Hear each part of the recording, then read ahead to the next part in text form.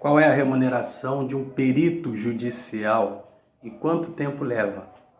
Olá, eu sou Robson Luiz, perito especialista em grafotécnica, papiloscopia e documentoscopia. Bem, se você se cadastrou como perito judicial no sistema de auxiliares da justiça, eu quero dizer para você que tem muito exagero sendo disseminado na internet, nas redes sociais, em relação a curso de perito, principalmente grafotécnico, como se fosse um toque de mágica e você faz um curso de perícia e se vê sorteado rapidamente e logo já está ganhando muito dinheiro, inclusive valores aviltosos que têm sido divulgados nas redes sociais. E isso é algo que é bastante preocupante no que diz respeito à realidade que atinge boa parte da população brasileira que quer aumentar de uma maneira honesta a sua renda, contudo, se vê iludida com determinados atrativos. Então, como perito já atuante há mais de 10 anos, eu quero dizer para você que isso não é bem assim. O que acontece é que a remuneração do perito judicial no sistema auxiliar da justiça varia muito de tribunal para tribunal e de estado para estado. Eu explico. Ao tornar-se perito judicial, o que nós precisamos seguir de uma maneira muito precisa, ter conhecimento, é acerca da nossa principal instrução normativa, que é o Código de Processo Civil. O Código de Processo Civil é que vai nortear as ações de um perito e irá orientá-lo no desenvolvimento do seu ofício, do seu labor. E o Código de Processo Civil, ele fala acerca da remuneração do perito, principalmente no seu artigo 95, fala que poderá haver um adiantamento, bem como o artigo 465. Né? Primeiramente vai dizer que o juiz poderá ordenar que a parte que for contribuir, pagar ao perito ou assistente técnico, poderá fazê-lo um depósito em juízo. Ok? Então, diz lá que a parte poderá fazer um depósito de acordo com a determinação do magistrado. E o artigo 465 vai dar respaldo ao perito sobre a solicitação da remuneração de 50% no início dos trabalhos e a outra parte ao final, desde que o laudo não esteja deficiente, que o laudo esteja tecnicamente embasado, claro, conciso e consistente. Ora, a realidade, muitas vezes, variando nesse imenso Brasil de dimensões continentais, é outra. Por quê? Em alguns tribunais, o magistrado ele vai determinar que o pagamento do perito nomeado ele só será efetuado quando ocorrer o trânsito em julgado, ou seja, após esgotar-se, findar-se todos os recursos de se recorrer a uma sentença. Então, só quando tiver o trânsito em julgado, não há mais como recorrer, aí sim é pago. Em outros tribunais, o perito pode sim recorrer e é atendido. E por que em alguns não é?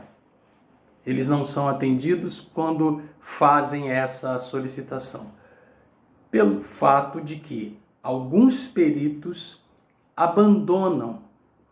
Existem casos, relatos de peritos que abandonam o seu ofício no meio do processo, recebem uma parte e não retornam.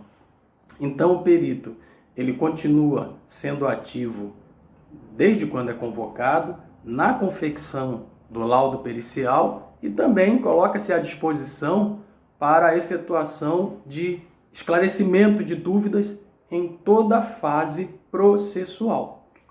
Ora, tendo essa situação ocorrido algumas vezes, alguns tribunais, por uma questão de se resguardar, não permite que seja adiantada a remuneração.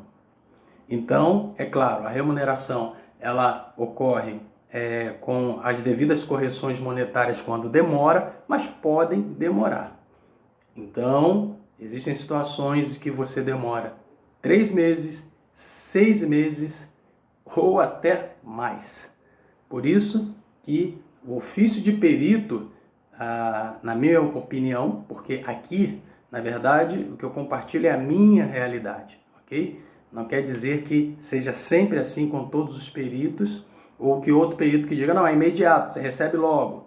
Não é? A minha realidade, como perito que atua em vários estados do Brasil, na área judicial, principalmente no sistema auxiliar de justiça, é que não é bem assim. Às vezes demora 6 meses, 8 meses, até mais. E o perito precisa acompanhar, sim. Ele precisa acompanhar, ele precisa requerer, ele precisa solicitar, em alguns casos até com certa persistência. Como perito, sistema auxiliar da justiça, nos tribunais de justiça do Brasil, como perito, eu, além de requerer formalmente no processo, sistema PJE, eu também recorro ligando para as secretarias.